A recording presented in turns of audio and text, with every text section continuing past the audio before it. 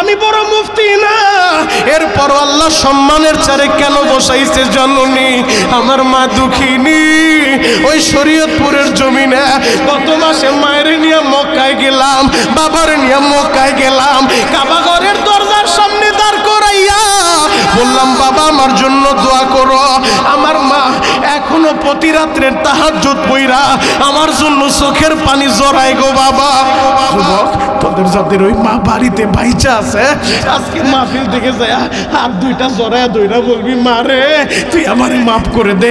আমার নবী বলছে, আমি বলি নাই হুমা জান্নাতুকা ওয়া নারুকা, তোমার মা বাবাই তোমার জান্নাত, তোমার মা বাবাই তোমার জাহান্নাম। যেই সন্তানের প্রতি মায়ের দোয়া আছে ওই সন্তান পৃথিবীর কোথাও ঠেকবো না। আল্লাহু আকবার। আমার নবী জানে মা হারানোর কি ব্যথা। মা থাকতে মার কদর করিস ভাই। আমি শরীয়তপুরি তোদের জন্য দোয়া করব, তোদের সাথে আমি মুসাফা করব। হয়তো আমি বড় আলেম না, তবে এই হাত দুইটা দিয়া বহুতবার আমি কাবার গিলাফ ধরছি, বহুতবার হাজর আসর ধরছি। কাবার দরজার পাশে একটা জায়গা আছে, আলেমরা জানে, মুলতাজিম যার নাম, যে মুলতাজিম আমার নবী সিনাটা লাগায়া এইভাবে উম্মতের জন্য কাঁদছিল বাবা। সেই মুলতাজিমের সিনা লাগায়া জাতির পিতা ইব্রাহিম আল্লাহর কাছে দোয়া করছে।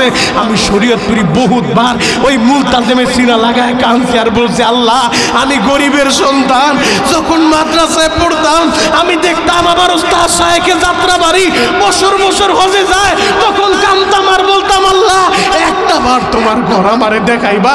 আল্লাহ ওই দিনের ডাকটা কবুল করছে। প্রথম যখন গেছি কাবার ঘরের দরজা ধরে কান্দি আর বলি, আল্লাহ একবার যেহেতু আনছো আমারে বারবার আনবা। এখন মাওলা বছরে কয়েকবার নেয়। আমি তোদেরকে বলে গেলাম, ও যুবক তুইও যদি মার দোয়া নিয়ে চলতে পারোস আমার আল্লাহ তোরও মক্কা মদিনা দেখাইব। আজকে বাড়িতে যে মার হাত ধরে ক্ষমা চাইবা রাজি আছো? যুবক রাজি আছো? কোন কোন যুবক বাড়িতে যে আমার হাতটা ধরে মাপ চাইতে পারবা দেখি তো? আমার আল্লাহর একটু দেখায় দাও। আল্লাহ তাকায় দেখো মায়ের পাগল সন্তানগুলো হাত উঠাইছে, এরা বাড়িতে যে মার কাছে মাপ চাইবো। আল্লাহ এরা যেন মার খেদমত করে সবাই জান্নাতটা কামাইতে পারে। চিৎকার মেরে বলেন আমিন। ওই আল্লাহর প্রশংসা, চিৎকার মেরে বলেন আলহামদুলিল্লাহ। বাবা আমি মুসাফির, অনেক কষ্ট করে আপনাদের এখানে এসেছি। ঘোষক ঘোষণা করেছেন কুমিল্লা আমি অনেক এসেছি, কিন্তু আপনাদের নিমসার এলাকায় নতুন। এই এলাকায় যেহেতু আল্লাহ আমাকে নিয়ে আসছেন, মুসাফির হিসেবে আমি দোয়া করব। ওলামায়ে কেরাম আছে, জিজ্ঞেস করে দেখবেন। তিন শ্রেণীর ব্যক্তি এমন আছে যাদের দোয়া আল্লাহ ফিরায় না, ডাইরেক্ট কবুল করে। এক নাম্বার হচ্ছে মাজলুম। মাজলুম যখন জালেমের অত্যাচারের শিকার হয়, মাজলুমের পক্ষে এলাকার মেম্বার, চেয়ারম্যান, মাতব্বর কেউ না থাকলেও একজন কিন্তু থাকেন, তিনি কে? মাজলুমের ডাকটা আল্লাহ ডাইরেক্ট কবুল করে। দুই নাম্বার হচ্ছে মা বাবা। মা বাবা যদি সন্তানের জন্য দোয়া করে, এ দোয়া আল্লাহ ফিরায় না, ডাইরেক্ট কবুল করে। তিন নাম্বার হচ্ছে মুসাফির। মুসাফিরের দোয়া আল্লাহ ফিরায় না, ডাইরেক্ট কবুল করে। গত মাসে মদিনা থেকে আসছি বাবা, মুসাফির হালতে আপনাদের জন্য আমি এখন দোয়া করব, আর আপনারা গলা ফাটে আমিন বলবেন। আমার দিল সাক্ষী আমি মুসাফিরের দোয়া আর আপনাদের আমিন দুইটা একত্রিত হয়ে গেলে আজকের দোয়া আল্লাহ ফিরাবেন ইনশাআল্লাহ। আজকের দোয়া কবুল হবে ইনশাআল্লাহ। তাহলে যখন দোয়া করব গলা ফাটে চিৎকার মাইরে আমিন বলতে পারবেন তো ইনশাআল্লাহ? আল্লাহ আমার মাইকের আওয়াজ যতদূর পর্যন্ত যায়। আমি মনিরুল ইসলাম শরীয়তপুরি, এই কুমিল্লা নিমসার এলাকায় নতুন আসছি, এর আগে নিমসার এলাকায় আসি নাই।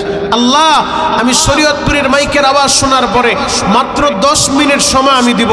এই 10 মিনিটের ভিতরে মেলার দোকানপাট বন্ধ করে, আল্লাহ রাস্তাঘাটের আড্ডাবাজি বন্ধ করে, আমার যে কলিজার টুকরা যুবকেরা 10 মিনিটের ভিতরে এই মাহফিলের প্যান্ডেলে আসবে এবং বসবে। মুসাফির হালতে এদের জন্য দোয়া করে গেলাম, এদের পিছনের জীবনের সব গুণ আপনি মাফ করে দিবেন। চিৎকার মেরে বলেন আমিন। আল্লাহ যারা যারা আমিন বলছে এদের সবাইকে আপনি মাফ করে দেন। আল্লাহ আমি 10 মিনিট সময় দিছি, যেহেতু শীত বাপ অনেক বাবাজি হয়তো কম্বলের নিচে চইলা গেছে, আল্লাহ ঘুমের ঘরে চইলা গেছে। আমি শরীয়তপুরের মাইকের আওয়াজ শোনার পরে আমার যে মুরব্বী বাবাজি এখন এই মুহূর্তে একটা লাথি মেরে ল্যাপ কম্বল ফেলে দিয়ে 10 মিনিটের ভিতরে এই প্যান্ডেলে আসবে, বসবে। আল্লাহ মুসাফির হালতে আমি আপনার দামি বান্দাদেরকে নিয়ে এদের জন্য দোয়া করে গেলাম, যারা 10 মিনিটের ভিতরে এই প্যান্ডেলে আসতে পারবে। একবার হলো আপনি হজ করার তৌফিক দেন। আল্লাহ যারা যারা আমিন বলছে এদেরকে বারবার হজ করার তৌফিক দেন। আল্লাহ যারা 10 মিনিটের ভিতরে আসবে এবং জান্নাতের প্যান্ডেলে বসবে, মালিক মুসাফির হালতে দোয়া করলাম, একবার হলো স্বপ্নে যুগে আপনার হাবিবের চেহারা আপনি তাদেরকে স্বপ্নে যুগে দেখায় দেন। আল্লাহ দেখেন তো কোন কোন আশেক আমিন বলছে, যে আশেক রাসূলগুলো আমিন বলছে বারবার স্বপ্ন যুগে নবীজির দিদার নসিব করে দেন। দোয়াগুলো ভালো না খারাপ? একসাথে বলেন বাবা, ভালো না খারাপ? এরপরও যদি কেউ না আসে, আমার কিছু করার আছে? হেদায়েতের মালিককে, হেদায়েত আল্লাহ যাকে চায় তাকেই দিবে। তবে যেহেতু সময় দিছে 10 মিনিট, আল্লাহ চাইলে 10 মিনিট পরে ময়দানে জায়গা নাও হইতে পারে। কথা বলেন ঠিক কিনা? আপনাদের কাছে অনুরোধ করব বাবাজি, যেইভাবে বসছেন এটা জান্নাতের প্যান্ডেলের একটা আদব হয় না, বেয়াদবি নেবেন না। আমি কারো ছেলের বয়সী, কারো ভাইয়ের বয়সী, বাবাজি একটু কষ্ট করে কারোর সামনে 1 ইঞ্চি জায়গা খালি থাকতে পারবেন, একেবারে আমার কাছাকাছি চলে আসেন।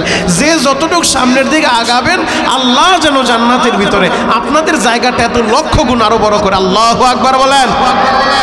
আসেন আব্বাজান, কষ্ট করে আসেন। আমার বাবাজি চিন্তা করতেছে এই জায়গাটা গরম করছি, আবার গরম জায়গা থুইয়া ঠান্ডা জায়গায় নিব। বাবা এখন মারা গেল, ওই যে কবরে রাখবে, একটা বিছানাও দিবে না। কথা বলেন ঠিক কিনা?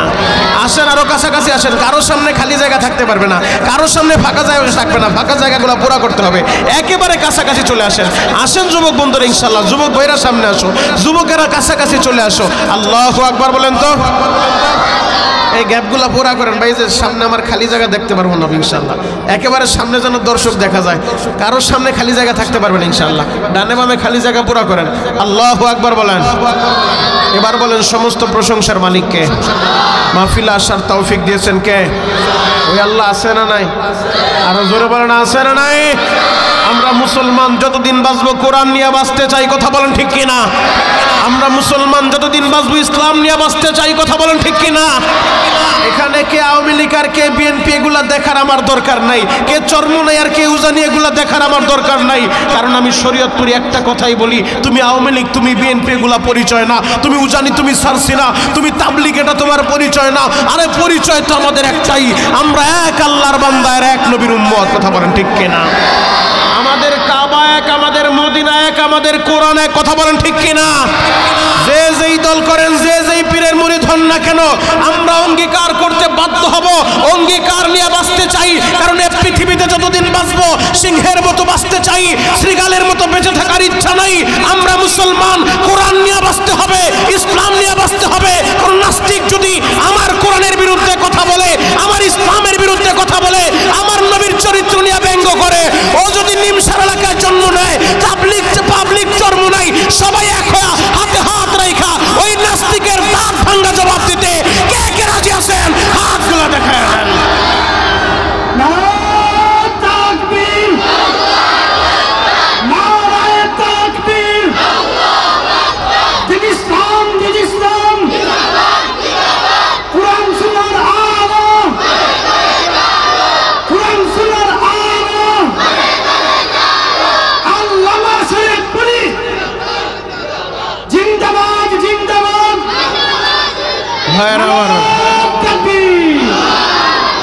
আল্লাহ এই কণ্ঠগুলো হাউজে কাউসারের পানি দিয়ে পরিষ্কার করো। চিৎকার মেরে বলেন আমিন।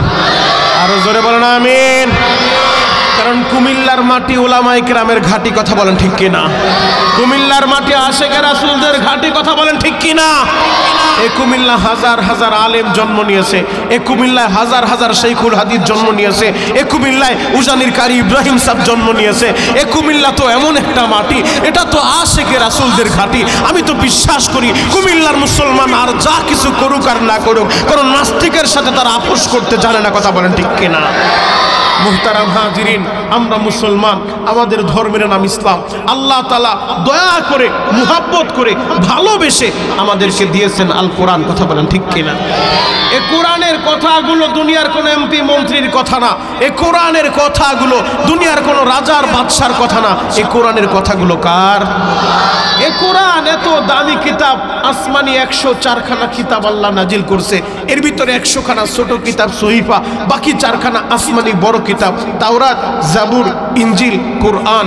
এই 104খানা কিতাবের ভিতরে সর্বশ্রেষ্ঠ যে কিতাব, ওই কিতাবের নাম মহাগ্রন্থ আল কোরআন। আল্লাহু আকবার। এই কোরআন যারা তেলাওয়াত করে তারা কোন এমপি মন্ত্রীর সাথে না, স্বয়ং আল্লাহর সাথে তারা কথা বলে। সুবহানাল্লাহ বলবেন না? যারা কোরআন পড়ে, অর্থ জানে আর না জানে, সে যেন আল্লাহর সাথে কথা বলে। আর যে কোরআনের একটা অক্ষর পড়বে, সাথে সাথে আল্লাহ পাক রব্বুল আলামিন তার আমল নামায় কমপক্ষে 10টা নেকি দান করবেন। দীর্ঘ সময় আলোচনা হয়েছে, আসরের পর থেকে গভীর রাত পর্যন্ত আলোচনা চলতেছে। কি নিয়ে বাড়িতে যাবেন? আমি শরীয়তপুরি বয়ানের পূর্বে একটা আমল আপনাদেরকে দিয়া দিই। বাবাজি ও কলিজার টুকরা যুবকেরা, আজ থেকে আমলটা শুরু করো। রাত্রিবেলা ঘুমের ঘরে যখন যাইবা, বিছানায় বালিশের সাথে মাথাটা লাগায় সাথে সাথে 3 বার সূরাতুল ইখলাস পড়া ঘুমাইবা। বলবেন শরীয়তপুরি ভাই 3 বার সূরা ইখলাস কুল হুয়াল্লাহ সূরা পড়লে কি হবে? একবার যদি আপনি সূরাতুল ইখলাস কুল হুয়াল্লাহ সূরা পড়েন, সাথে সাথে আপনার আমল নামায় আল্লাহ পাক রব্বুল আলামিন 10 পারা কোরআন তেলাওয়াতের সওয়াব দিয়ে দিবেন। যদি আপনি 2 বার পড়েন 20 পারা, যদি আপনি 3 বার প্রতি রাত্রে ঘুমের আগে 3 বার কুল হুয়াল্লাহ সূরা পড়ে ঘুমাইতে পারেন, ও পর্দারের মায়েরা, ও দাড়ি পাকা বাবাজিরা, প্রতি রাতে 3 বার করে কুল হুয়াল্লাহ সূরা পড়ে আপনি ঘুমাবেন, প্রতি রাতে আপনার আমল নামায় 1 খতম কোরআন তেলাওয়াতের সওয়াব জমা হয়ে যাবে। তাহলে এই কোরআন পড়ার দরকার আছে না নাই? আরো জোরে বলেন আছে না নাই? আল্লাহর একজন পয়গাম্বর ছিলেন, জলিল কদর পয়গাম্বর, নাম তার মুসা কালিমুল্লাহ, যে মুসা নবী সরাসরি আল্লাহর সাথে কথা বলছে। সুবহানাল্লাহ। আগামী বছর বললেন আল্লাহর সাথে কথা বলতো, দুনিয়ার কোন নেতা নেত্রীর সাথে না, তুর পাহাড়ে ওইটা আল্লাহর সাথে কথা বলতো। যে মুসা নবী আল্লাহর সাথে কথা বলতো সরাসরি, তবে বিনা শর্তে না, কিছু শর্ত আছে। 1 নাম্বার শর্ত, মুসা রে আল্লাহর সাথে কথা বলবা, আগে নিজেরে পবিত্র বানাও, পবিত্র হও, এরপর আল্লাহর সাথে কথা বলতে পারবা।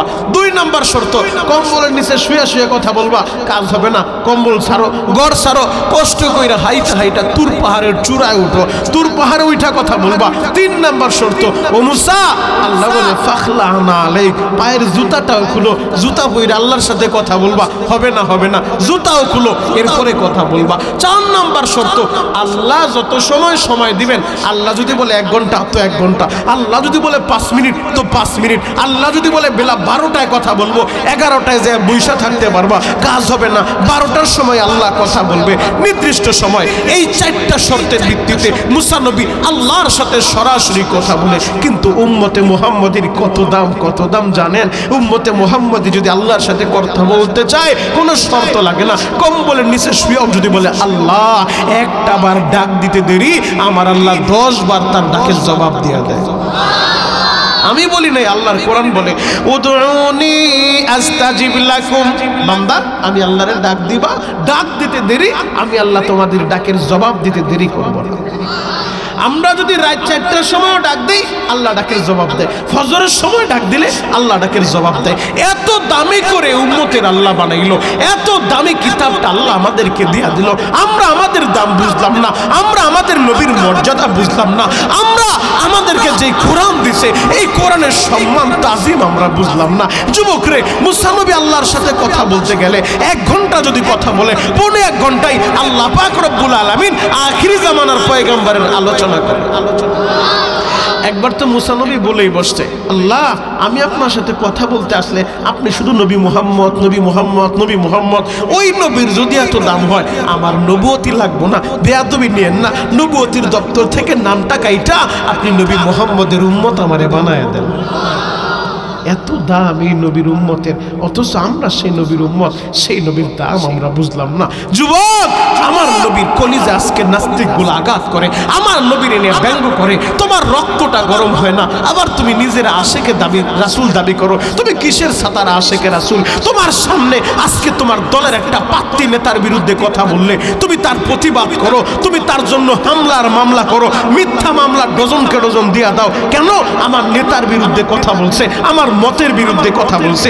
অথচ যেই নেতা এই উম্মতের জন্য পুরাটা জিন্দেগি কেঁদেছেন, যেই নেতা এখনো পর্যন্ত সোনায় মদিনায় রওজা থারে শুয়ে এই উম্মতের জন্য কাঁদে, যেই নেতা ময়দানে মাহশারে উম্মতের জন্য পাগল পারা হয়ে কাঁদতে থাকবে, ওই নেতার বিরুদ্ধে কথা বললে তুমি প্রতিবাদ করতে শিখো নাই। ওই নেতার বিরুদ্ধে কথা বললে কোনো আলেম যদি প্রতিবাদ করে, মসজিদের ইমাম যদি প্রতিবাদ করে, ওই ইমামরে কিভাবে চাকরিচ্যুত করা যায় সেই ষড়যন্ত্রে তুমি লিপ্ত হও। আবার তুমি আশেক রাসূল দাবি করো, এটা আশেক রাসূল না, এটা হলো বিশ্ব বাটপার। কথা বলেন ঠিক কিনা? আমরা এই ভুয়া আশেক হইতে চাই না। আশেক যদি হতে চাও, খাব্বাবের মতো হওয়া লাগবে, খোবাইবের মতো হওয়া লাগবে, হামজালার মতো হওয়া লাগবে, দরকার হলে রক্ত দিব, নবীর অপমান বরদাস্ত করা যাবে না। কথা বলেন ঠিক কিনা? হে আমার কুমিল্লার বাইরা,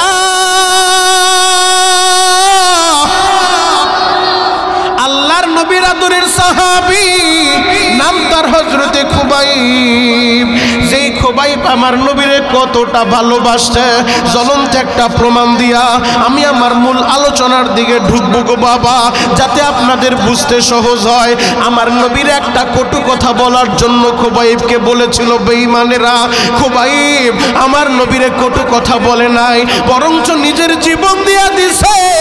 এরপরও আমার নবীর অপমান সাহাবায়ে কেরাম বরদাস্ত করে নাই। আমরাও তো ওই নবীরে ভালোবাসতে চাই গো। ওই নবীর সাফায়াত ছাড়া দুনিয়ার যত বড় হাজী আর গাজী বলেন, নবীর সুপারিশ ছাড়া জান্নাতের আশা করা যায় না। কথা বলেন ঠিক কিনা? আল্লাহর নবীর আদরের সাহাবী হযরতে খুবাইবকে বেঈমানগুলা বন্দী কইরা রুমের ভিতরে রাইখা দিছে। আহারে খাবারও দেয় না, পানিও দেয় না। হযরতে খুবাইব খাবারও বন্ধ করে দিছে, পানিও বন্ধ করে দিছে। একদিন নজর করে দেখে খুবাইবের সামনে আঙ্গুর দেখা যায়, থোকা থোকা আঙ্গুরের সরা। জিজ্ঞেস করে, খুবাইব রে, মক্কা মদিনার কোথাও তো আঙ্গুরের সিজন না, তোমার সামনে আঙ্গুর গোলাকে পাঠাইল? খুবাইব জানায় দেয়, বেঈমানেরা শুনে রাখো, যে আল্লাহর উপর ঈমান আনার কারণে, যেই নবীরে ভালোবাসার কারণে তোমরা আমার খাবার পানি বন্ধ করে দিছো, ওই আল্লাহ জান্নাত থেকে আমার খাবারের ব্যবস্থা করছে। আরো আসতে বলেন। একবার যে সুবহানাল্লাহ বলবেন, আপনার নাম, আপনার বাবার নাম, দাদার নাম, পরদাদার নাম সহ আল্লাহ তাআলা জান্নাতে একটা সুবহানাল্লাহর গাছ লাগায় দেন। কুমিল্লার মানুষ এরা খুব চালাক মানুষ, খুব চতুর মানুষ, এরা ব্যবসায়ী এলাকার মানুষ, তো বলার সাথে সাথে তো জান্নাতের ভিতরে গাছ একটা লাগায় দিচ্ছে। আর একটা লাগায় গেছে, দেন না? আর একটা লাগায়, আর একটা লাগায় দেন। বাবার জন্য একটা লাগায় দেন, মার জন্য একটা লাগায় দেন, নিজের জন্য একটা লাগায় দেন। আল্লাহু আকবার বলেন তো। যতবার টাইম আসবে সুবহানাল্লাহ, আলহামদুলিল্লাহ, আল্লাহু আকবার বলে বলে আমার আল্লাহরে খুশি করবেন। বিশ্বাস করেন বাবা, আমি কোনো দলের দালালি করতে আসি নাই, আমি কোনো পীরের চামচামি করতে আসি নাই। আমি শরীয়তপুরি কোরআন সুন্নাহ থেকে সহি কথাগুলো আপনাদেরকে বলে যাব। বাবা, হয়তো কারো গায়ে লাগতে পারে, আপনি বেয়াদবি নেবেন না, দিল থেকে দরদ নিয়ে কথাগুলো বলি।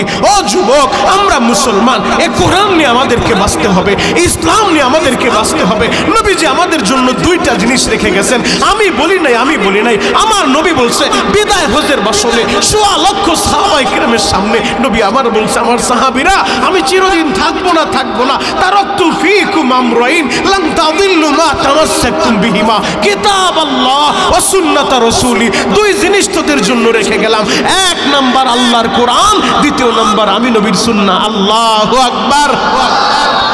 আজকে মুসলমান লাঞ্ছিত, অপমানিত এর এক নাম্বার কারণ মুসলমান কোরআন থেকে দূরে সরে গিয়েছে, মুসলমান নবীর সুন্নাহ থেকে দূরে সরে গিয়েছে। যদি কোরআনকে শক্তভাবে মজবুতভাবে ধরতে পারতাম, পৃথিবীর এমন কোন ডিক্টাচার, স্বৈরাচার, এমন কোন জালিম জন্ম নেয় নাই যে ইসলামের বিরুদ্ধে কথা বলবে, নবীর বিরুদ্ধে কথা বলবে, দলমত নির্বিশেষে মরতে মুজাহিদের মতো কুমিল্লার জমিন আওয়াজ দিয়া দেখায় দিবা। আমার ৫৬,০০০ বর্গ মাইল টেকনাফ থেকে তেতুলিয়ায়, আমার এই সোনার বাংলায় আর একটা বার যদি কোন নাস্তিক আমার নবীর নিয়ে কটু কথা বলে, আমার কোরআন নিয়ে ব্যঙ্গ করে, আমার আল্লাহ নিয়ে ব্যঙ্গ করে, দল মত নির্বিশেষে ওরে হাতের নাগালে পাইলে জুতা দিয়া বাইরে কপালে সারা ফাটায় ফেলতে হবে।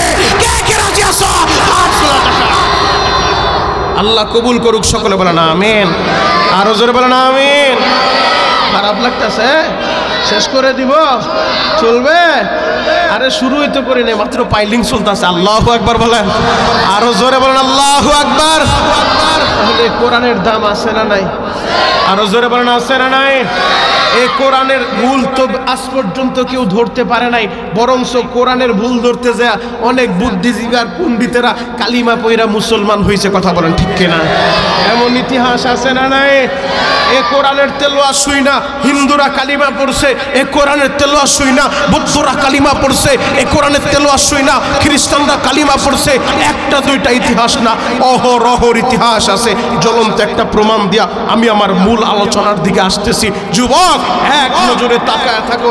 আমেরিকার জমিনে একবার সর্বধর্মীয় একটা কনফারেন্সের আয়োজন হয়েছিল, যেই সর্বধর্মীয় কনফারেন্সের মূল টার্গেট ছিল সব ধর্মের নেতারা, সব ধর্মের গুরুরা ওই মঞ্চের ভিতরে আসবে, সবাই তাদের ধর্ম সম্পর্কে বক্তব্য রাখবে, তাহলে আমাদের সামনে প্রমাণ হয়ে যাবে কোন ধর্ম সত্য আর কোন ধর্ম মিথ্যা। এই সিদ্ধান্ত নিয়ে, এই চিন্তা ভাবনা নিয়ে আমেরিকার খ্রিস্টানরা সর্বধর্মীয় কনফারেন্সের আয়োজন করছে। বক্তাদের জন্য সময় নির্ধারণ করছে 10 মিনিট। কয় মিনিট? সবাই বলেন আরো জোরে। জোর হলো না? ঘুমাইছেননি? ঘুমাইছেননি? কয় 10 মিনিট।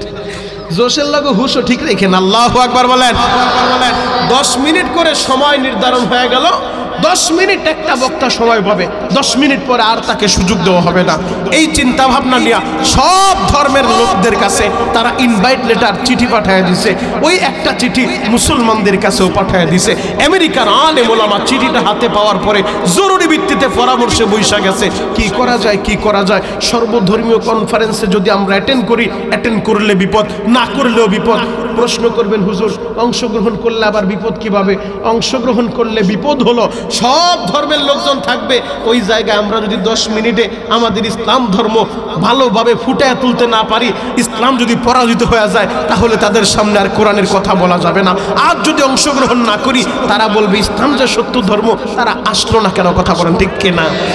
উভয় দিকেই বিপদ। কি করব?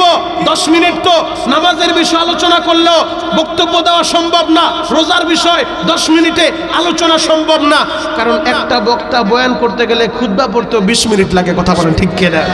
যদিও আজকে আমি লম্বা খুতবা পড়ি নাই, মাত্র একটা আয়াতে কারিমা তেলাওয়াত করছি, যেহেতু ছাত্র ভাইরা আমার ছোট্ট ছোট্ট কচি কাঁচা মাসুম বাচ্চা যারা আপনাদের সামনে প্রদর্শনী দেখিয়েছে, আমি আপনাদের ধৈর্যের ত্রুটি ঘটাই নাই, এজন্য একটা আয়াতে কারিমা তেলাওয়াত করে আমি সোজা আলোচনার দিকে ঢুকেছি। ও যুবক, যেই কথাটা বলতে চাই, 10 মিনিটে ইসলামের কোন বিষয় আলোচনা করব ফুটায় তুলতে পারবো না। সিদ্ধান্ত হয়ে গেছে 10 মিনিটে আমাদের কোনো আলোচনা হবে না, কোনো গরম বক্তব্য হবে না। কি হবে?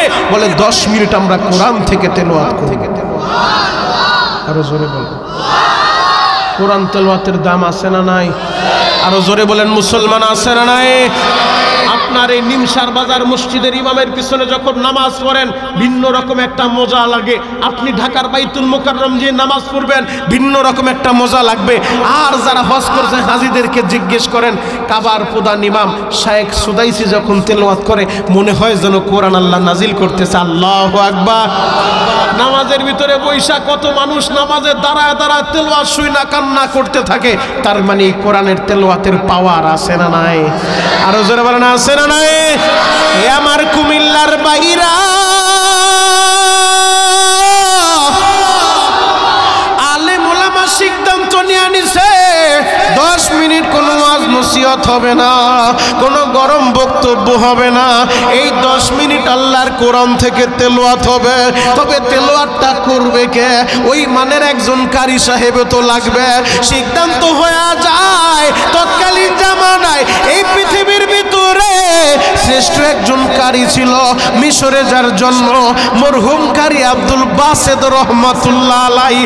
আমেরিকার আলেমরা সিদ্ধান্ত নিয়ে নেয় জরুরি ভিত্তিতে মিশরের কারি আব্দুল বাসেদকে আমেরিকা আনা হোক। মুসলমানের পক্ষ থেকে সর্বধর্মীয় কনফারেন্সে কারি আব্দুল বাসেদ তেলাওয়াত করবে। সুবহানাল্লাহ বলবেন না? জরুরি ভিত্তিতে কারি সাহেবকে মিশর থেকে নেওয়া হয়েছে আমেরিকার জমিনে। আমেরিকায় যাওয়ার পরে এবার আমেরিকার আলেম ওলামা হাতটা ধইরা কান্দে আর বলে, কারি সাহেব এমনভাবে আপনি তেলাওয়াত করবেন যেন বেঈমানগুলার দিলের ভিতরে আল্লাহ হেদায়েতের নূর ঢুকায় দেয়। কারি সাহেব বলে, তোমরা দোয়া করতে থাকো, দুরূদ পড়তে থাকো, মদিনাওয়ালা যদি মালিকের কাছে দরখাস্ত সাবমিট করে দেয়, আমার আল্লাহ চাইলে ইসলামের বিজয় করতে পারে। কথা বলেন ঠিক কিনা? তোমরা শুধু দোয়া করতে থাকো। অনুষ্ঠান শুরু হয়ে গেছে। আজকে যেমন একজন পরিচালক ছিলেন, তিনি নাম ঘোষণা করছেন, পরিচালনা করছেন। অনুষ্ঠানের একজন পরিচালক থাকে কি থাকে না?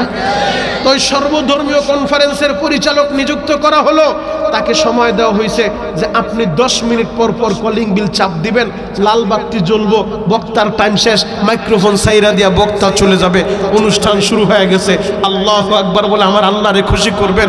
অনুষ্ঠান যখন শুরু হয়ে গেছে এক একজনের নাম ঘোষণা করে, নাম ঘোষণা করলো খ্রিস্ট ধর্মের লোক আইসা সে বক্তব্য রাখলো, আসমানের নিচে জমিনের উপরে শ্রেষ্ঠ যদি কোনো ধর্ম থাকে সেই ধর্মের নাম খ্রিস্ট ধর্ম ঘোষণা করলো। হিন্দু ধর্ম, সনাতন ধর্ম সম্পর্কে তারাও আইসা 10 মিনিটের ভিতরে তাদের ধর্মের সৌন্দর্য ফুটে তুইলা বুঝাইতে যায় সনাতন ধর্ম সর্বশ্রেষ্ঠ ধর্ম ঘোষণা করা হলো। বৌদ্ধ ধর্মের ভাইরা বক্তব্য রাখবেন। বৌদ্ধ ধর্মের ভাইরা মাইক্রোফোনটা হাতে নিয়েই বলে হোম শান্তি, হোম শান্তি। জীব হত্যা মহাপাপ, জীব হত্যা মহাপাপ। কারণ আমাদের ধর্মের মূল স্লোগান জীব হত্যা মহাপাপ। যেই ধর্মে জীব হত্যা মহাপাপ, এই ধর্ম শ্রেষ্ঠ ধর্ম, এটা পৃথিবীর সর্বশ্রেষ্ঠ ধর্ম, এই স্লোগানটা দিল। কিন্তু আমরা দেখতে পাই কি, যেই ধর্মের মূল স্লোগান জীব হত্যা মহাপাপ, আমরা দেখতে পেলাম সেই মায়ানমারের বুদ্ধরা জীব হত্যা মহাপাপ, জীব হত্যা মহাপাপ, হোম শান্তির স্লোগান দিয়া যেই ধর্মের প্রধান মূলনীতি, মূল স্লোগান জীব হত্যা মহাপাপ, এই স্লোগান দিয়া আমরা দেখতে পেলাম আমার পাশের রাষ্ট্র মায়ানমারের বুদ্ধরা আমার মুসলমানদের রক্তে ওই মায়ানমারের নাফ নদীটাকে তারা লাল করে দিল। জীব হত্যা মহাপাপ এই স্লোগান দিয়া তারা মুসলমানের মসজিদগুলা বুল্লুচার দিয়ে ঘুরিয়ে দিল। জীব হত্যা মহাপাপ এই স্লোগান দিয়া মুসলমানের মাদ্রাসাগুলোর ভিতরে আগুন জ্বালায় দিল, কোরআন শরীফগুলা আগুন দিয়ে পুড়িয়ে দিল। জীব হত্যা মহাপাপ এই স্লোগান দিয়া আমার মুসলমান মা বোনদের ইজ্জত তারা লুণ্ঠন করলো। আমরা দেখতে পাই জীব হত্যা মহাপাপ এই স্লোগান দিয়া যারা মুসলমানের রক্তে আল্লাহর জমিনকে রঞ্জিত করলো। জীব হত্যা মহাপাপ এই স্লোগান দিয়া আশরাফুল মাখলুকাত সর্বশ্রেষ্ঠ মানুষ, এই মানুষ এই মুসলমানের রক্ত দিয়া নাফ নদীটা লাল করে দিল। এ ধর্ম সত্য ধর্ম হইতে পারে না, কথা বলেন ঠিক কিনা? মুহতারাম হাজরিন, এক একভাবে সব ধর্মের লোকেরা বক্তব্য রাখলো। সময় কয় মিনিট? সবাই বলেন আরো জোরে। এবার নাম ঘোষণা করা হয় ইসলাম ধর্মের পক্ষ থেকে, মুসলমানের পক্ষ থেকে কারি আব্দুল বাসিত বক্তব্য দিবে। নামটা যখন এলান হয়ে গেছে গো বাবা, আমার কুমিল্লার বাইরা নামটা এলান হওয়ার সাথে সাথে কারি আব্দুল বাসিত এক পা দুই পা করে মঞ্চের দিকে আগাইতেছে। আলেম ওলামার চোখে পানি, মুসলমানের চোখে পানি। সবাই একটা জিনিস বুঝাইতে চায়, ও কারি সাহেব আজকে এমন ভাবে তিলাওয়াত করবেন গো যেন মুসলমানের বিজয় হয়ে যায়। কারি সাহেবের চোখেও পানি। কারি সাহেব চিন্তা করে জীবনে কত জায়গায় তেলাওয়াত করলাম, হাজার হাজার লক্ষ মানুষের সামনে তেলাওয়াত করি, সবাই তো থাকে মুসলমান, আজকে বিধর্মীদের সামনে আমি তেলাওয়াত করব রে মালিক। তবে কোন সূরা থেকে তেলাওয়াত করব আমার আল্লাহ সেটাও তার মাথার ভিতরে ঢুকায় দিল। তিনি অন্য কোন সূরা না, সূরাতুর রহমান থেকে তেলাওয়াত করলেন। সূরাতুর রহমানের দাম আছে না নাই? আরো জোরে বলেন আছে না নাই? এ সূরার কত দাম, কত দাম, সেই দিকে গেলে তো আলোচনা আর একদিকে যাবে। আমার আল্লাহ নিজে জান্নাতের ভিতরে একটা মাহফিল করবে, ওই মাহফিলের ভিতরে আমার আল্লাহ নিজে জান্নাতীদেরকে সূরাতুর রহমান তেলাওয়াত করে শোনাবে। জান্নাতের ওই মাহফিলে থাকার নিয়ত আছে না নাই? তাহলে দরখাস্ত দেন, মাওলা হে জান্নাতের মাহফিলে আমাদের জন্য একটা আসন বরাদ্দ দেন। চিৎকার মেরে বলেন আমিন। অতিথি আছে, বিশেষ অতিথি আছে, সভাপতি আছে।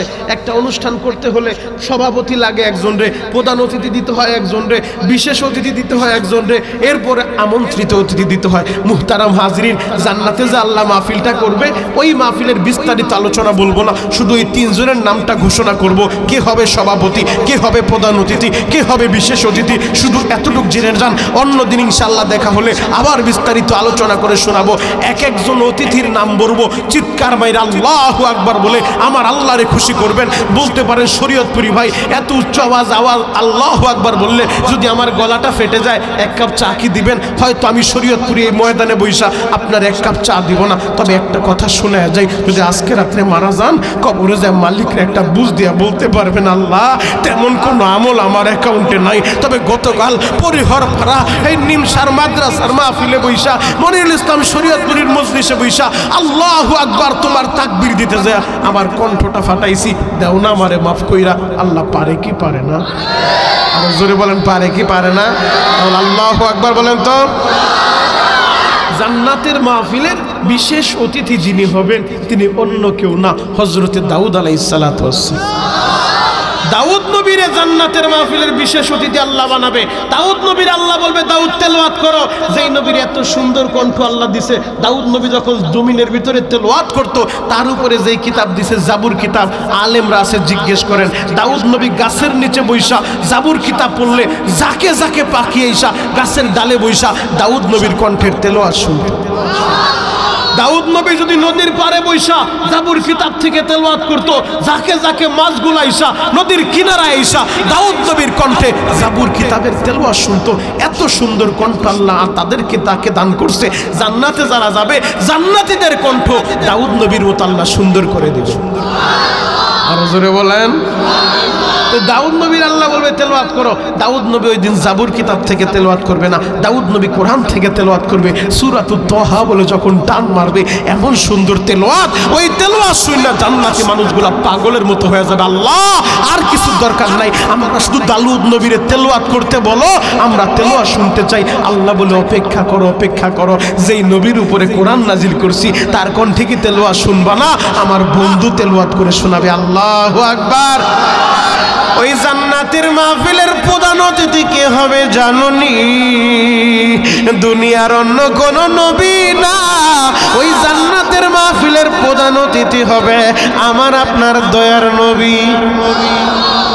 আমার নবী নিজে ওই দিন তেলাওয়াত করে শোনাবে। জান্নাতের মাহফিলের সভাপতি কে হবে জানো? জানো? দুনিয়ার কোনো নবী রাসূল না, দুনিয়ার কোনো ওলি না, ওই জান্নাতের মাহফিলের সভাপতি হবে আমার আল্লাহ নিজে। ওই জান্নাতের মাহফিলে আমার আল্লাহ নিজেও সেদিন তেলাওয়াত করে শোনাবে। আজকে তো আমরা কোরআন তেলাওয়াত করি, আর রহমান আল্লামাল কুরআন খলাকাল ইনসান আল্লামাহুল বায়ান। আর আমার আল্লাহ সেদিন বলবে আনার রহমান, আল্লাহ বলবে আমি রহমান, আমি আল্লাহ হলাম রহমান। ও আমার কুমিল্লার বাইরা রে, চোখের পানিটা সাইরা দিয়া মালিকরে দরখাস্ত দিয়া বলেন ও দয়ার আল্লাহ, আমাদেরকেও জান্নাতের মাহফিলে কবুল করে নাও। যদিও আমরা তেমন কোন আমল করতে পারি নাই, আমরা তো তোমার বন্ধুর আদরের উম্মত। আমেরিকার জমিনে সর্বধর্মীয় কনফারেন্সে কারি সাহেব যখন মাইক্রোফোন হাতে নিছে গো বাবা, মাইক্রোফোন হাতে নিয়া কারি আব্দুল বাসের চোখটা বন্ধ কইরা যখন এই সূরাতুর রহমান তেলাওয়াত শুরু করছে, আর রহমান আল্লামাল কুরআন, কারি সাহেব চোখটা বন্ধ কইরা এমন ভাবে তেলাওয়াত শুরু করছে গো, সূরাতুর রহমান শেষ করিয়া সূরাতুল ওয়াকিয়া আবার শুরু করে দিছে। ধারাবাহিক একের পর এক সূরা তেলাওয়াত করতেছে। তেলাওয়াত করতে করতে এই দিক দিয়ে 10 মিনিট পার হয়ে গেছে। আহারে পরিচালক কলিং বিলে চাপ দেয় না, লাল বাতিও জ্বালায় না, কারি সাহেব তেলাওয়াতও বন্ধ করে না। 10 মিনিট পার হয়ে 20 মিনিট চলে যায়, কেউ তারে ডিস্টার্ব করে না, কেউ কলিং বিলে চাপ মারে না, কেউ লাল বাতিটাও জ্বালায় দেয় না, কারি সাহেব তেলাওয়াত বন্ধ করে না। 20 মিনিট পার হইয়া 30 মিনিট, কেউ কলিং বিলে চাপ মারে না, তেলাওয়াতও বন্ধ হয় না। 30 মিনিট পার হইয়া 40 মিনিট, 40 মিনিট পার হইয়া 50 মিনিট, 50 মিনিট পার হইয়া 1 ঘন্টা। আল্লাহু আকবার। কলিং বিলে কেউ চাপ মারে না, তেলাওয়াত বন্ধ করে না। 1 ঘন্টা পার হইয়া 1 ঘন্টা চলে যায়, কেউ কলিং বিলে চাপ মারে না, কারি সাহেব তেলাওয়াত বন্ধ করে না। ও কুমিল্লা জেলার ভাইরা রে, ও বুড়িচং থানার ভাইরা, ও আমার নিমসারের ভাইরা, এক নজরে তাকা থাকো। 1 ঘন্টা তেলাওয়াত কইরা কারি আব্দুল বাসেত নিজেই যখন তেলাওয়াতটা বন্ধ কইরা দিছে, আহারে চোখটা খুইলা দেখে ওই মঞ্চের ভিতরে বিভিন্ন ধর্মীয় পণ্ডিতেরা, ধর্মীয় নেতারা একটা একটা মুরগির গলায় ছুরি চালাইয়া ওই মুরগিটারে ছাইরা দিলে যেমনি ভাবে লাফাইতে থাকে ওই ধর্মীয় পণ্ডিতগুলা গলা কাটা মুরগির মতো লাফাইতাছে, মুরগির মতো লাফাইতাছে, চোখের পানি দিয়া বলে, ও কারি সাহেব তেলাওয়াত বন্ধ করলা কেন? তোমার কোরআন থেকে তেলাওয়াত করো, তোমার কোরআনটা পড়ো। এই কোরআনের তেলাওয়াত শুনতে শুনতে আমরা মরতে চাই গো, আমরা মরতে চাই। এই কোরআনের তেলাওয়াত নিয়ে আমরা বাঁচতে চাই। তেলাওয়াত বন্ধ কইরো না। ও কুমিল্লার ভাইরা রে, ওই মঞ্চের ভিতরে একজন দুইজন না 50 জন বিভিন্ন ধর্মীয় পণ্ডিত কারি আব্দুল বাসেতের কণ্ঠের তেলাওয়াত শুইনা কালিমা পড়ে মুসলমান হয়ে গেছে। আরো জোরে বলেন। আমি এই আলোচনাটা করতেছিলাম গত পরশুদিন আমার কেরানীগঞ্জের জমিনে। ও বাবা বিশ্বাস করেন, আমি যখন এই আলোচনা করতেছি আমি নজর করে দেখি পাশে থেকে এক হিন্দু ভাই আইসা আমার মাহফিলের মাঝখানে বসে পড়ছে। ওই লোকটা পুরো সময় আমার আলোচনা শুনলো, চোখের পানি দিয়া পানিটা ঝরাইলো। তখন আমি মনেরে বুঝ দিলাম, রে মন, কারি আব্দুল বাসেতের কণ্ঠে তেলাওয়াত শুইনা বিধর্মীরা কালিমা পড়ে মুসলমান হয়। আজকে আমার এই ভাইটা মজলিসে বসে গেছে। আল্লাহ তুমি কি পারো না তারে হেদায়েতের মালা পরায় দিতে? কত আলেমের বয়ান শুইনা আহারে বিধর্মীরা কালিমা পড়ে মুসলমান হয়। তোমাদের এই কুমিল্লার গর্ব মিজানুর রহমান আজহারি সাহেব, তার বয়ান শুইনা কত হিন্দু কালিমা পড়ল। আহারে কোরআনের পাখি চলে গেছে আল্লামা সাইদি, তার বয়ান শুইনা কত বিধর্মী কালিমা পড়ল। উজানির কারি ইব্রাহিম সাহেব এই উজানিতেই তো ঘুমে আছে। ওই আল্লাহর ওলির বয়ান শুইনা কত বিধর্মী কালিমা পড়ল। ওই যে সরমনের ময়দানে যায় দেখো, আগামীকাল থেকে শুরু হয়ে যাবে আহারে পাগলদের মিলন মেলা। ওই মেলার ভিতরে আল্লাহর ওলিরা যখন বয়ান করে কত বিধর্মী কালিমা পড়া মুসলমান হয়ে যায়। যুবক রে, আমার আল্লাহ চাইলে আমাদের জীবনের মোড়টাও ঘুরায় দিতে পারে। আমি জানি না এটা কার জীবনের শেষ বয়ান গো বাবা। এক নজরে আমার দিকে তাকায় থাকেন। যেই কথাটা বলতেছিলাম, যদি আল্লাহরে ভালোবাসতে চান, নবীরে ভালোবাসতে চান, সাহাবায়ে কেরামকে অনুসরণ করা লাগবে। একটা আয়াত আপনাদের সামনে তেলাওয়াত করছি। আমার আল্লাহ বলে, কুল ইন কুনতুম তুহিব্বুনাল্লাহ, নবীজি আপনার উম্মতেরে বলে দেন যারা আমারে ভালোবাসতে চায়, ফাত্তাবিউনি ইউহিব্বুকুমুল্লাহ, আগে যেন আপনারে ভালোবাসে, আপনার ইত্তেবা অনুসরণ করে। ও আমার আশিক রাসূল বাবাজিরা, ও দাওয়াত ও তাবলীগের ভাইরা, ও উজানির পীরের ভাইরা, ও চরমনের পীরের মুরিদেরা, ও সারসিনার পীরের মুরিদেরা, ও আল্লাহর ওলিরা, এক নজরে তাকায় থাকো। সাহাবায়ে কেরাম দেখায় গেছে কিভাবে নবীরে ভালোবাসতে হয়, জীবন দিছে। নবীর অপমান মেনে নেয় না, এই কথা বলেন ঠিক কিনা? হযরতে খুবাইব মনে আছে? মনে আছে? চলবে চলবে কতক্ষণ? সারা রাত? মাশাআল্লাহ। সবাই থাকবেন, সবাই থাকবেন। আল্লাহকে হাত উঠায় দেখান তো কে কে ভাগবেন। আমি কিছু দেখি না আর কি, আমিও ভাবছি কিছু একটা হবে ইনশাআল্লাহ। তবে আল্লাহ যত সময় চালায় তত সময় চলবে আল্লাহু আকবার বলেন তো। এক শর্তে আলোচনা চলবে, ময়দান থেকে একটা লোক উঠতে পারবে না। যদি উঠে ওর টান দিয়া জায়গায় বসায় দিবেন, পারবেন তো ইনশাআল্লাহ?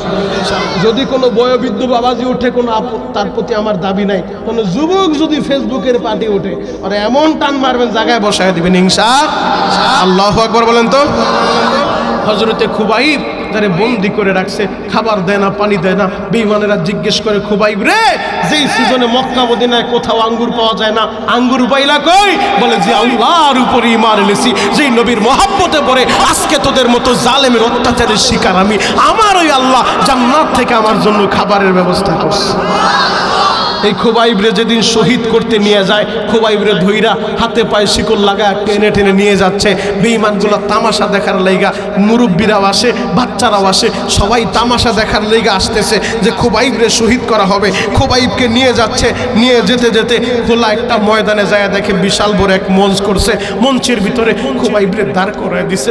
খোবাইবের হাতটা এইভাবে দুই দিকে সরে কাঠের ভিতরে প্যারেক ঢুকায় দিছে। বাবাজি, খোবাইবের শরীরটা কত বিক্ষত করে ফেলছে। আহারে, এমন ভাবে কাটা দিয়ে আঘাত করতেছে, বডিটা চালনির মধ্যে একেবারে জাজরা করে ফেলছে, ফিনকি দিয়ে শুধু রক্ত বের হচ্ছে। একটা বেঈমান ডাক দিয়ে বলে, খোবাইব রে, তোমার অনেক কষ্ট হয় আমরা বুঝতেছি, তবে তোমাকে আমরা মুক্ত করে দিব একটা শর্তে। বলে কি সেই শর্ত?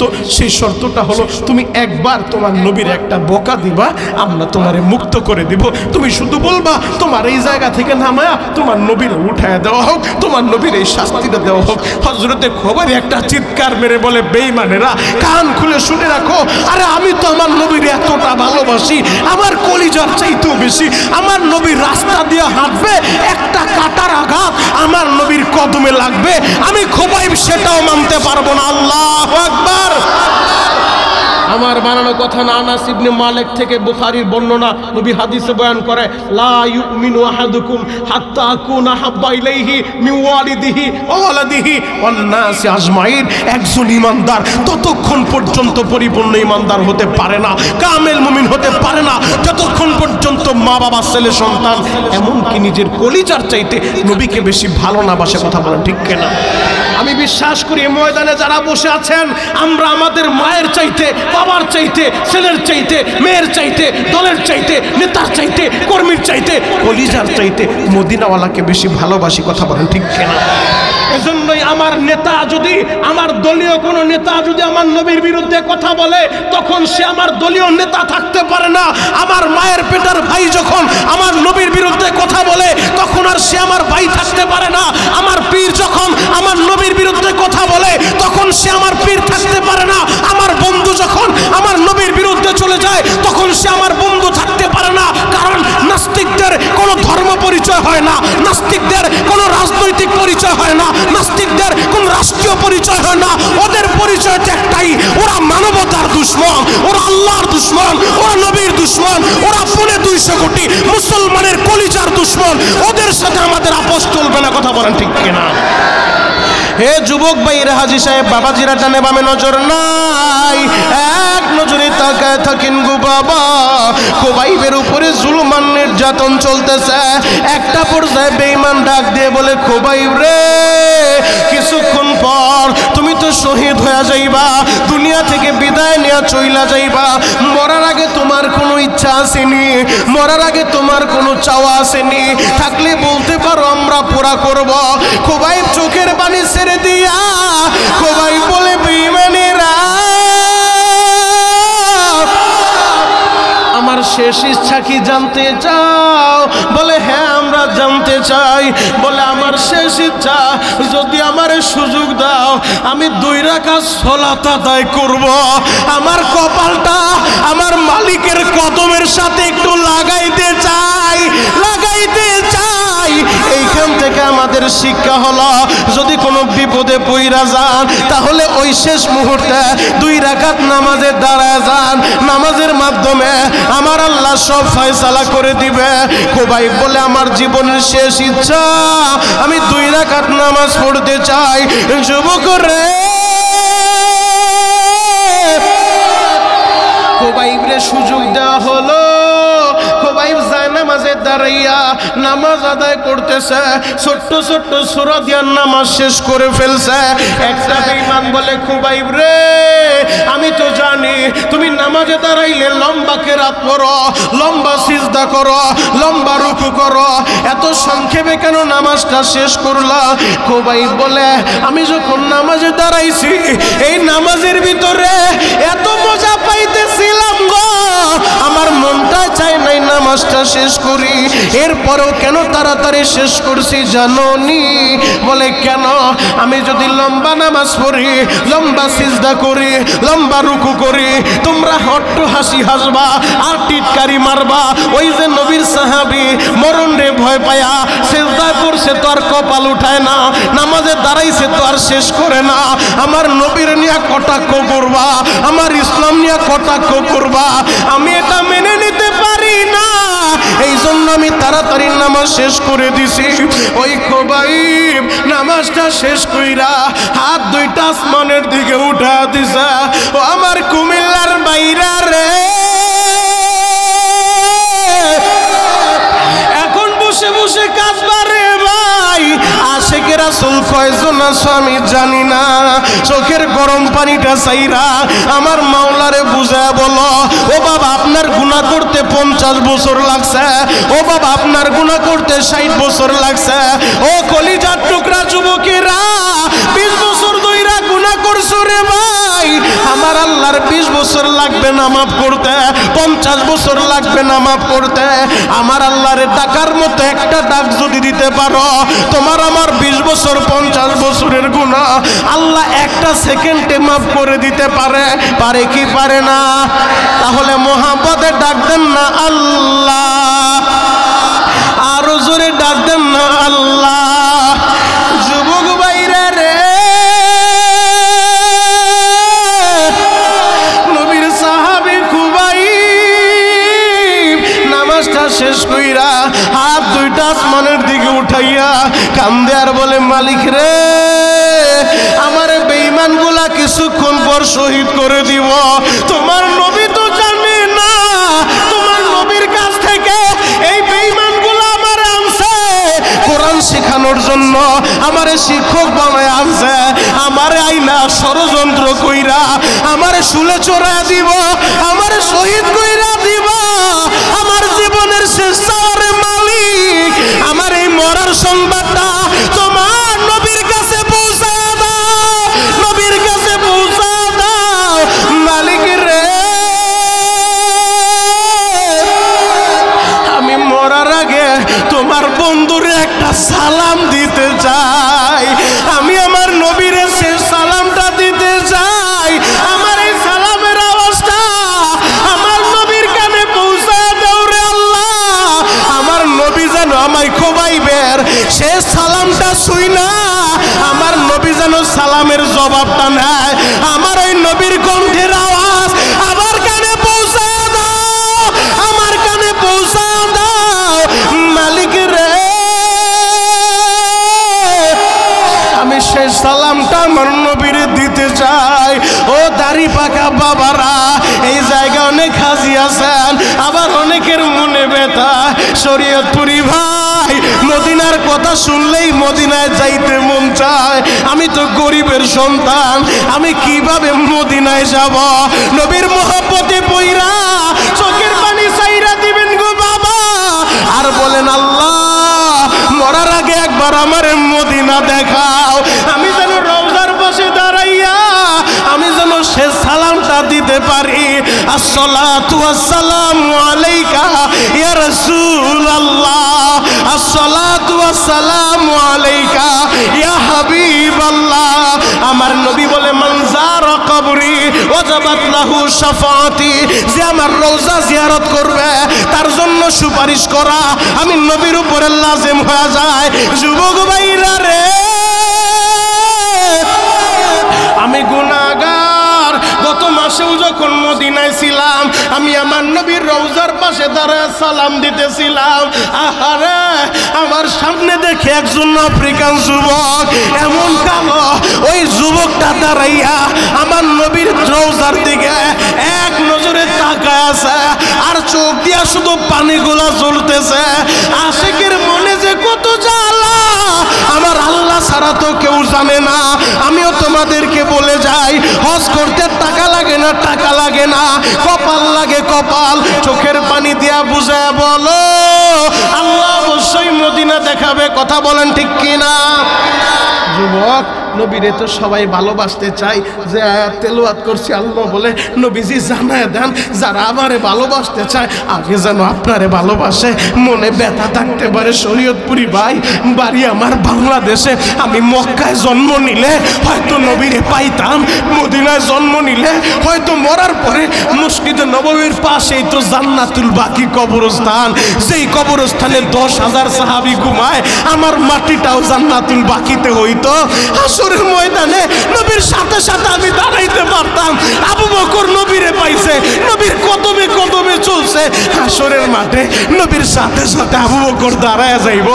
ওমর নবীরে পাইছে, নবীর কদমে কদমে চলছে, হাসরের ময়দানে ওমর আমার নবীর কদমে কদমে দাঁড়ায় যাইব। আলী আমার নবীরে পাইছে, আমি তো পাই নাই। আমার বাড়ি কুমিল্লা জেলায়, মদিনা থেকে 6,500 কিলোমিটার দূর। আপনার মনে যেন ওই ব্যথা না থাকে, এজন্য নবী কি বলে জানো? মান আহাব্বা সুন্নতি ফাকাদ আহাব্বানি ওয়া মান আহাব্বানি কানা মাই ফিল জান্নাহ। উম্মতেরা বাড়ি আরবে হোক আর আজমে হোক, যেখানেই তোমার বাড়ি হোক, যে আমার সুন্নত ভালোবাসবা সে আমারে ভালোবাসলা, আর যে আমারে ভালোবাসবা আমি নবীর সাথেই জান্নাতে থাকবা। আরো জোরে বলেন, নবীর সাথে জান্নাতে থাকার নিয়ত আছে না নাই? তাহলে এই কোরআনী প্রতিষ্ঠান ভালোবাসতে হবে কি হবে না? এই যে ছোট্ট ছোট্ট বাচ্চাগুলা দেখে আমার মনে পড়ে গেল একটা ঘটনা, তোমাদেরকে আমি শুনে যাই। ও আশেকে রাসূল বাবাজিরা, আমি জানি না এটা আমার জীবনের শেষ মাহফিল হতে পারে, আপনার জীবনের শেষ মাহফিল হতে পারে কি পারে না?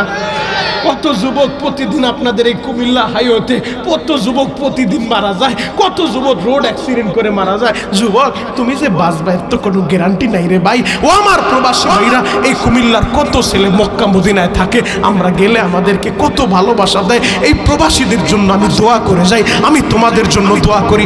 এক নজরে আমার দিকে তাকায় থাকো।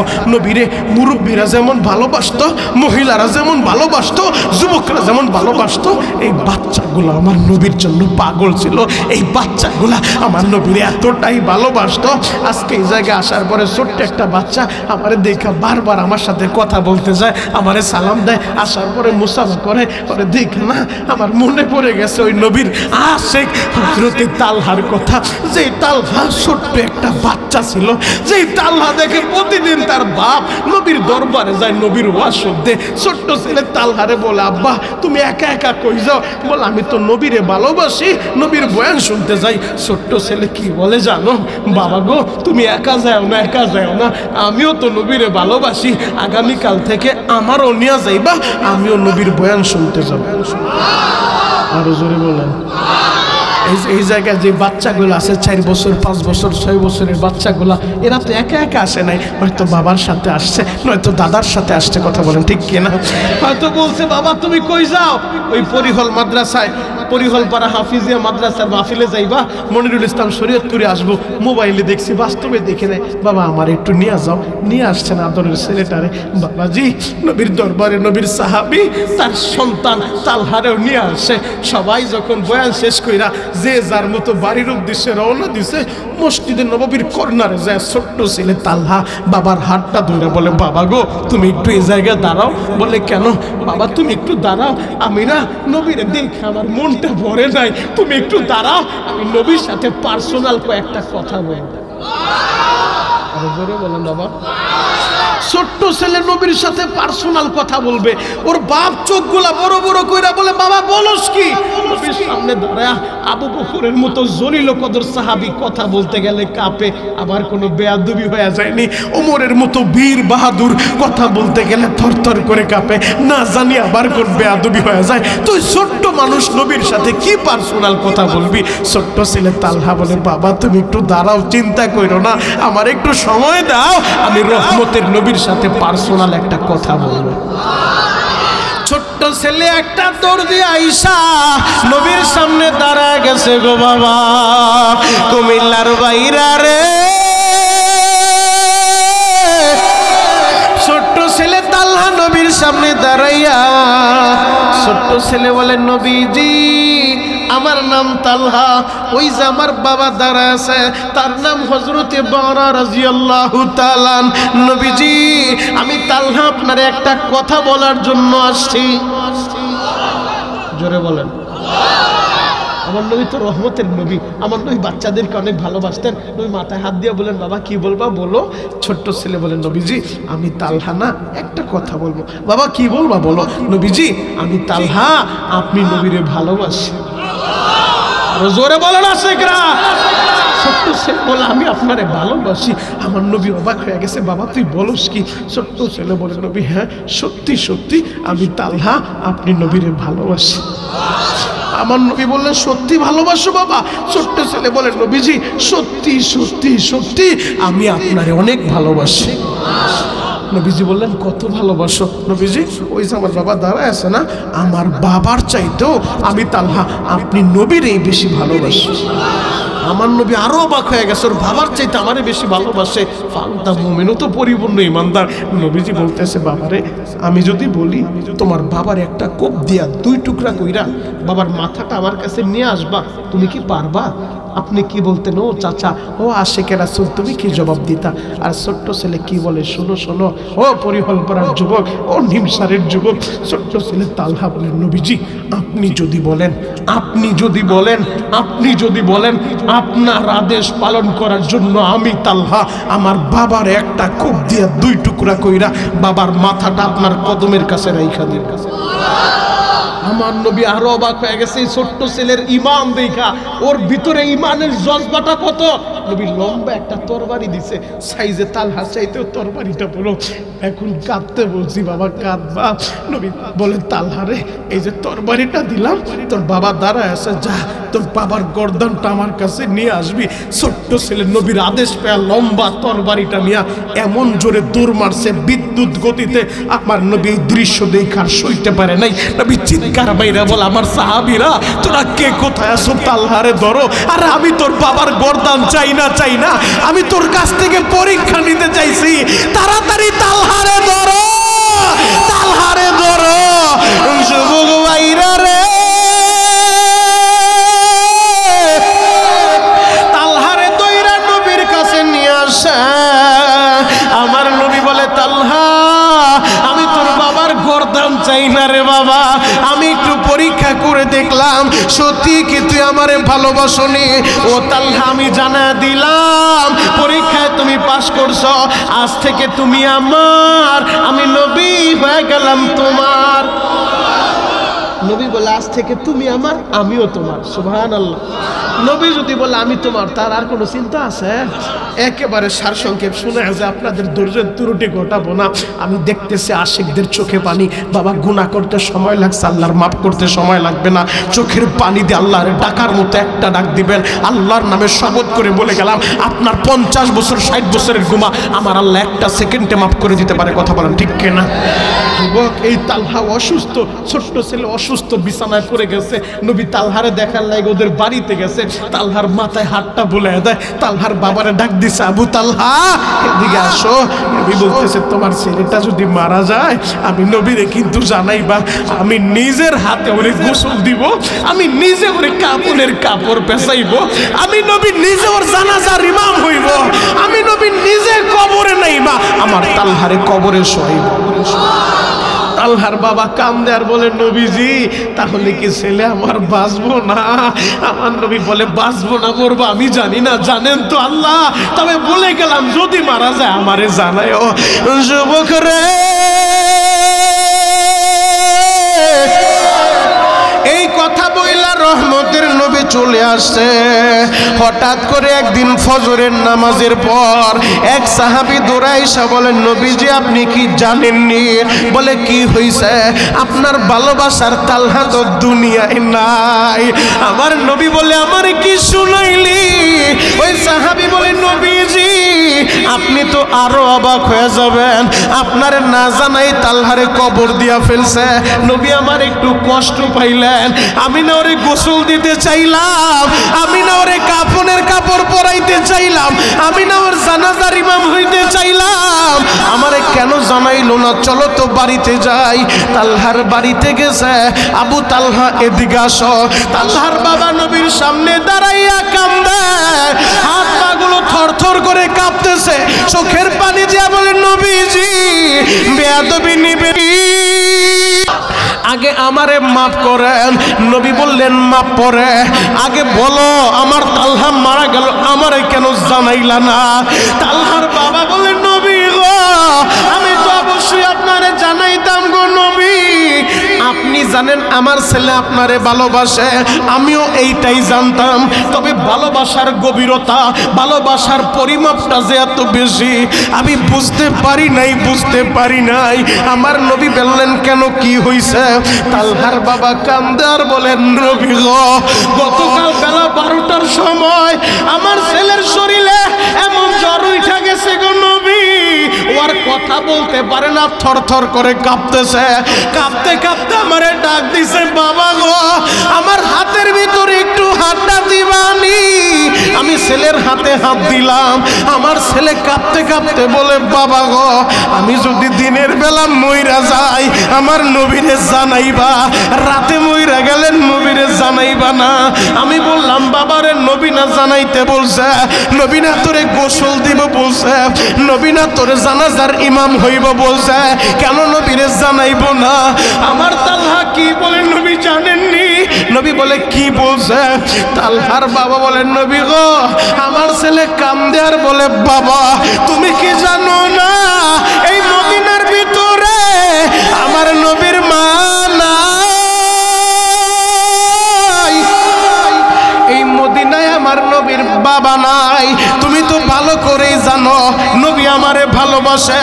নবীর কানে যখন পৌঁছাইবো আমি মারা গেছি, সাথে সাথে নবী একটা দৌড় মারবো আমারে গোসল দেওয়ার লাইগা, আমারে শেষ দেখাটা দেখার লাইগা।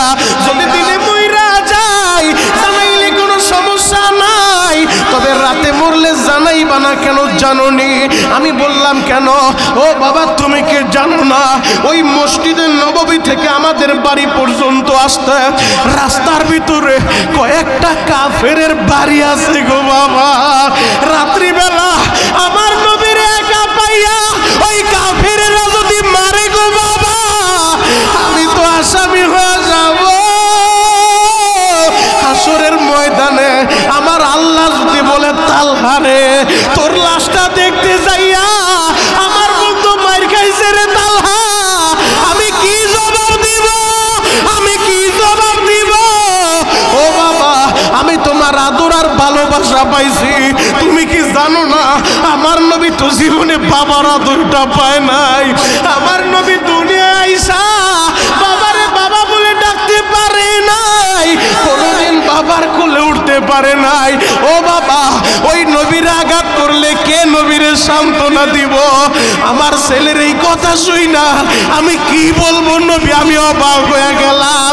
ও আমার যুবক ভাইরা রে, এই মজলিসে বইসা কার মা নাই বাবা নাই এখন বসে বসে কাঁদবা? আহারে বাপ হারা সন্তানের বুকটা ফাইরা দেখো, এই বুকের ভিতরে কত ব্যথা। ও যুবকেরা ডানে বামে তাকায়া দেখ, কত মা হারা ছেলে বসে বসে মার জন্য কান্দে, কারণ যার মা নাই ওর মতো হতভাগা দুনিয়ায় নাই। এই যে শীতের সময় আসতেছে, মা বাইচা থাকলে মা তো শীতের সময় পিঠা বানাইয়া সকালে একবার দেয়, বিকালে একবার দেয়, আবার নিজের ভাগেরটাও সন্তান রে খাওয়ায়। আর যার মা মারা গেছে 5 বছর হয়ে গেল, 4 বছর হয়ে গেল, মার হাতের পিঠা ওর কপালে নাই রে ভাই। যুবক রে মা কারে বলে? যদি নবীরে ভালোবাসতে চাও ওই মা বাবার খেদমত করা লাগবে, কারণ সন্তানের চোখের পানি দিয়া সন্তান যদি বলে রব্বির হামহুমা কামা রব্বায়ানি সগীরা, সন্তান চোখের গরম পানি চাইরা দোয়া করতে দেরি, আল্লাহ মা বাবারে মাফ করতে দেরি করেন। আল্লাহু আকবার। যুবক আমার নবী জন্মের আগে বাবা হারাইছে, 6 বছর বয়সে মা হারাইছে, তাও বাবার কবর দেখতে যায় আমার নবী জানে এতিমের মনে কত ব্যথা, আমার নবী জানে এতিমের মনে কত জ্বালা। এই মাদ্রাসার ভিতরে আইসা দেখো এ বড় হুজুরের হাতটা ধইরা জিজ্ঞেস কইরা দেখো, হুজুর আপনার এই জায়গায় এতিম আছে, যে এতিম বাচ্চাগুলো আছে ওদের কাছে খবর নিয়ে দেখো, আসরের পরে যাদের মা আছে বাবা আছে আশেপাশে বাড়ি, সন্তানের জন্য ভালো মন্দ খাবার দেওয়া যায় না নাস্তা দিয়ে যায়। আর এতিম ছেলেটা শুধু তাকায় তাকায় দেখতে থাকে আর বুক ভরা কান্না নিয়ে বুঝাইতে চায়, আজকে যদি আমার মা বাইচা থাকতো, আমার মা বিকালবেলা আমার নাস্তা দিয়া যাইতো, আমার মা যদি বাইচা থাকতো বৃহস্পতিবার বিকালবেলা ছুটি নিয়ে আমার বাড়িতে নিয়ে যাইতো। আজকে যার মা নাই গো, ওই এতিম ছেলেটা ছুটি পাইলো বাসা ছাইরা, মাদ্রাসা ছাইরাও বাসায় যায় না। কেন যায় না জানোনি? যার মা নাই ওর দুনিয়াটাই অন্ধকার রে বাবা। আমি বারবার জাতিরে কেন এই ঘটনাগুলা বলি জানোনি? আমি শরীয়তপুরি, যদিও জন্ম নিয়েছি শরীয়তপুরে, এখন বাড়ি ঢাকা কেরানীগঞ্জে। আমি 4টা মাদ্রাসার প্রিন্সিপাল বাবা, একটা এতিমখানা আমি নিজে চালাই। আমি জানি এতিমের মনে কত জ্বালা। মাদ্রাসা বন্ধ হইল, অনেক এতিম ছেলে ওরা বাসায় যায় না, ওরা মাদ্রাসাতেই পড়ে থাকে। আমার মাদ্রাসার একটা ছেলে বন্ধের 3 দিন পর যায় দেখিও মাদ্রাসায়, বয়স বেশিতে বেশি 6 বছর হবে, হেফজোখানার ছেলে। আমি ওরে ডাকলাম, বাবারে তুই বাড়িতে যাস নাই কেন? দারোয়ান আছে আর তুই এই জায়গায় কি করস? তোর বাড়ি কোথায়? হুজুর বাড়ি বরিশাল মেহেন্দিগঞ্জে। বাবা 3 দিন হয়েছে মাদ্রাসা ছুটি হইলো, তুই যাস নাই? ছেলেটার চেহারা মলিন হয়ে গেল, ও চোখের পানি দিয়া কি যেন বলতে চায়। আমি বললাম ভয় নেই বাবা, বল কি হয়েছে? হুজুর আপনি কি জানেন না আমার মা নাই? আমি বললাম মা নাই, তোর বাপ তো আছে। বলে হুজুর বাপ আছে ঠিক, আমার বাবা আর একটা বিয়ে করছে, ওই সৎ মামলারে আদর করে না। হুজুর বন্ধের সময় মাদ্রাসায় থাকলে হয়তো খাবার খাইলে আপনাদের কষ্ট হইতে পারে, হুজুর যদি কষ্ট হয় আমারে খাবারও দেন না, আমার ওই সিঁড়ির কোটায় জায়গা আছে, একটু জায়গা দেন, আমি সিঁড়ির নিচে শুয়ে থাকবো। এরপর আমি সৎমার কাছে যাইব না, আমার সৎমার কাছে পাঠায় না। ও আমার কুমিল্লা নিমসারের বাইরা, ওই মা যাদের নাই রে ভাই, এই এতিমখানা মাদ্রাসায় সাথে আহারে কত এতিম আছে, ওরা বন্ধের সময় মাদ্রাসায় পড়ে থাকে। কারণ কার কাছে যাবে? যার মা নাই, ওর মতো হতভাগা কেউ নাই। এই যে দেখো দাড়ি পাকা মুরব্বীরা, এরা কিভাবে কান্দে, এরা কেন কাঁদে জানোনি? আহারে মনে পড়ে গেছে মার কথা। ও শরীয়তপুরি 10 বছর হইল হাত 2টা দিয়া মায়েরে মাটি দিলাম, 5 বছর হইল মায়েরে মাটি দিলাম রে ভাই, আজও পর্যন্ত খবর নিতে পারলাম না ওই বাঁশবাগানের নিচে আমার মাই কেমন আছে, আমার বাবাই কেমন আছে। ও যুবক, তোমাদের যাদের বাবা আছে হয়তো আমার কথাটা তোমরা বুঝবা না, আমার ব্যথাটা বুঝবা না। আমার নবী এই জন্য এতিমের পক্ষে ওয়াজ করছে। আমার নবী জানে এতিমের মনে কত জ্বালা। 6 বছরের সময়, 6 বছরের নবী আমার দেখে সব বাচ্চারা খেলাধুলা করলে যার যার বাবা আইসা কোলে নিয়ে বাড়িতে নেয়, আমার নবীরে কেউ কোলে নেয় না। নবী আমার মাঠের কর্নারে দাঁড়া আছে, মা মেনা সুইটা আসছে, সন্ধ্যা হয়ে গেল। মুহাম্মদ রে বাড়ি কেন যাও নাই রে বাবা? 6 বছরের নবী কান্দে আর বলে মা গো আমার বাবা কেমন বাবা, আমার একটা বার কোলে নিল না, আমার একটা চুমাও দিল না। সব ছেলের বাবারা সবার বাবার কোলে উঠলো, আমার বাবা দিয়ে আমারে কোলে নেয় না। আমি না কাপড়ের আঁচল দিয়া চোখটা মুছে আর বলে মুহাম্মদ রে তোর বাবা তো দুনিয়ায় বাইচা নাই রে বাবা। 6 বছরের নবী বলে মা গো তাহলে বাবার কবর জিয়ারত করতে আমি যাব। শোন বাবা, নবীর দাদার কাছে যায়। আমেনা বলে আব্বা জান আপনার দাদু ভাই মুহাম্মদ ওর বাবার কবর দেখতে চায়। আমি কি জবাব দিব? আব্দুল মুত্তালিব নবীর দাদা বলে আমেনা রে আমার দাদু ভাই চাইছে ওর বাবার কবর দেখবো, আমি নিষেধ করব না, তোমরা রেডি হয়ে যাও, এক্ষুনি রওনা দিবা। আল্লাহু আকবার। সাথে আমার খাদেমা উম্মে আইমান রনিয়া যাও, তিনজন রওনা হয়ে গেছে সফর কইরা নবীর বাবার কবরের কাছে যায়। আমেনা নাইমা বলে, মুহাম্মদ রে, এই যে কবরটা দেখতেছো বাবা, এটাই তোমার বাবা আব্দুল্লাহর কবর। তোমার বাবাই জায়গায় ঘুমায় আছে। 6 বছরের নবী আমার হাঁটু দুইটা কবরের মাটির সাথে লাগায়া ডাক দিয়া বলে, বাবা গো উঠো গো বাবা উঠো, তোমার মুহাম্মদ তোমার কাছে আসতে বাবা। ও বাবা তুমি কবর থেকে একটু ওঠো, আমার একটা বার কোলে নাও বাবা, একটা বার চুমু দাও, একটা বার চুমু দাও। আল্লাহু আকবার। আমার নবী এমন ভাবে কান্না শুরু করছে গো বাবা, আমার নবীর কান্না আরশের মালিক দেখতেছে, আরশের মালিকের কলিজায় লাইগা গেছে। মালিক বলে, জিবরাইল রে, আমেনারে বুঝা বল আমার বন্ধুর এই জায়গা থেকে নিয়ে যাইতে, দুনিয়ার নিয়ম ভঙ্গ হয়ে যাবে, আমার বন্ধুর কান্না সইতে পারি না। আমার মা আমেনা 6 বছরের নবীর গায়ে হাত দিয়া বলে, মুহাম্মদ আর কাঁদতে হবে না রে বাবা, চলো আমরা মক্কায় চলে যাই। আমার নবীরে নিয়ে সাওয়ারিতে উঠা গেছে। আবুয়া নামক জায়গায় যখন আসছে গো বাবা, হঠাৎ করে দেখে আমেনার শরীরে জ্বর উঠা গেছে। আমেনার সাথে সাথে তাঁবুর ভিতরে নাইমা আমেনা বলে, মুহাম্মদ রে, আইরে বাবা আমি মার বুকে আয়, আমি মা শেষবারের মতো তোর আদর কইরা যাই, আমি মা শেষবারের মতো একটা চুমু দিয়া যাই। মনে হয় আমি আর মক্কা যাইতে পারবো না। বাবার কবর দেখতে আইসা 6 বছরের নবী আমার এখন মায়েরও হারাইব, এতিমের সম্রাট হয়ে যাইব, এতিমের সম্রাট হয়ে যাইব। 6 বছরের নবী কান্দে আর বলে, মা এমন কথা বইল না গো মা, ও মা তুমি যদি না থাকো আমারে কে গোসল করায় দিব, আমি মুহাম্মদ রে কে খাবারটা খাওয়ায় দিব, আমি মুহাম্মদ রে কে ঘুম পাড়ায় দিব গো মা, আমি ডাক্তার নিয়ে আসি। আমেনা বলে, বাবা রে দুনিয়ার ডাক্তারে কাম হইব না, আয় রে বাবা আমি মার চেহারার সামনে আয়, আমি মা ভালোভাবে তোরে একটা চুমু দেয়, আমি শেষবারের মতো তোরে দেখা যাই। 6 বছরের নবী আমার মায়ের পাশে বৈশা বৈশা কান্দে। হঠাৎ করে দেখে আমেনার কথা বলে না, আমেনার হাত দুইটা ঠান্ডা হয়ে গেছে, বডিটা ঠান্ডা হয়ে গেছে। আমার নবী তাকায় দেখে মাও না, বাবারে দেখতে আইসা আজকে মায়েরও হারাইছে।